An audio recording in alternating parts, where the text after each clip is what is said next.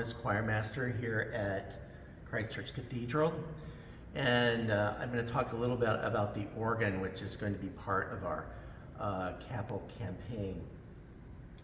So this organ was built in 1953 by the Austin Organ Company, and what I like to use as a comparison is a computer. So just like a computer has a keyboard, the organ has a keyboard. Just like a computer, the keyboard is not the computer, and just like that, the console, which this is the console that has the keyboard, is not the organ, but it controls the organ, which is up there, which is where the pipes are, and most of the pipes, or a lot of the pipes, you can see from this angle and out in the cathedral. And so somebody might ask, well, you know, why do we need to do something to the organ? It's just fine the way it is.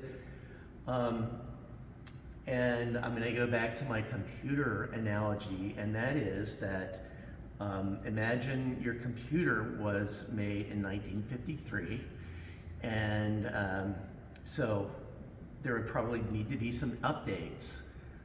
And one of the things that we need to update on it is there's leather inside of the mechanism here, which over time does deteriorate. A lot of it was replaced in the 1980s, but the original idea was not carried through, and so it was decided to not do a certain portion of that. So, and that was the choir division, which is mainly controlled from this keyboard. There are 3 keyboards, and each keyboard controls a different part of the organ, and then also with the pedal board.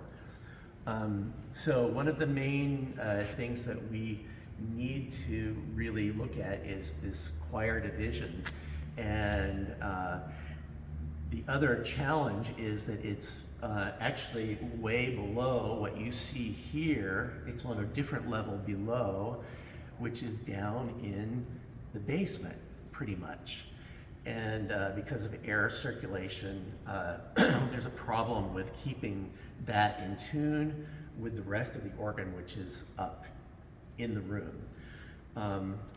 So without going into big details, because there are big details, because this is a complicated machine, that's one of the projects that we want to address. And so if you have any questions about the organ, I would love to talk to anyone about what we want to do with it, to update it, and you know, let me know what your questions are, and I hope that you'll support this part of the campaign, and so that we can have an instrument that we can do work on, and hopefully will last for another however long, 40 to 50 years before we need to think about that again. So that's our challenge before us with the capital campaign.